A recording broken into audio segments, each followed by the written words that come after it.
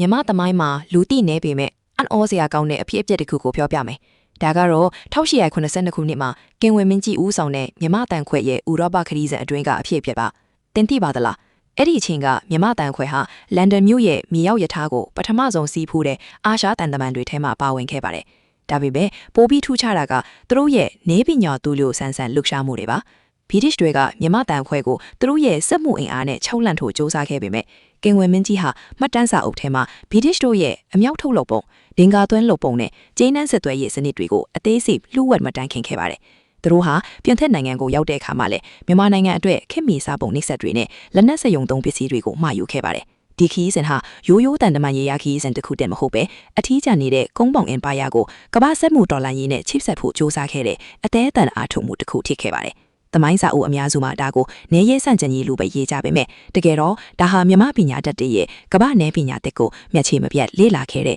သိပ္ပံနေကြစူးစမ်းမှုခရီးစဉ်တစ်ခုဖြစ်ခဲ့တာပါ1890ခုနှစ်လန်ဒန်မြို့ရဲ့မြေအောက်ဘူတာအခုထဲမှာပိုပစိုးထပ်ထပ်နဲ့မြန်မာအမတ်ကြီးတစ်ယောက်ကိုမြင်ရောက်ကြည့်လိုက်ပါသူကတော့ကင်းဝေမင်းကြီးဦးကောင်ပါကျွန်တော်တို့အမြဲကြားနေကြမင်းကြီးအမားနန်းတော်ပြတ်ဆိုတဲ့ဆွတ်ဆွဲချက်တွေရဲ့နောက်ွယ်မှာလူမသိသေးတဲ့တကယ့်သမိုင်းကြောင်းတစ်ခုရှိနေပါတယ်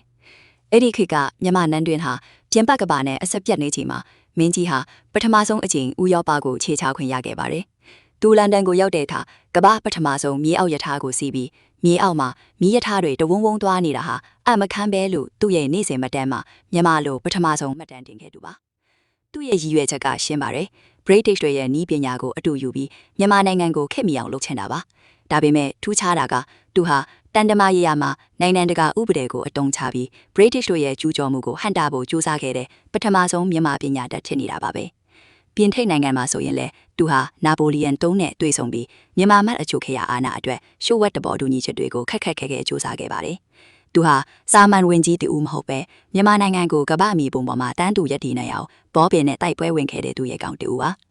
ဒီနေ့ခေတ်မှာကင်းဝေမင်းကြီးကိုတစ္ဆာဖောက်လို့မြင်ကြမလားဒါမှမဟုတ်ခစ်ရှိပြေလွယ်နဲ့မျိုးချစ်တယောက်လို့မြင်ကြမလားဒါကတော့တမိုင်းကိုတင်ဘလို့ရှုထောင့်ကကြည့်မလဲဆိုလာပေါ်မှာပဲမူတည်ပါတယ်နောက်ထပ်လူမသိသေးတဲ့တမိုင်းကြောင်းတွေသိချင်ရင်တော့ follow လုပ်ထားဖို့မမေ့နေဘူးနော်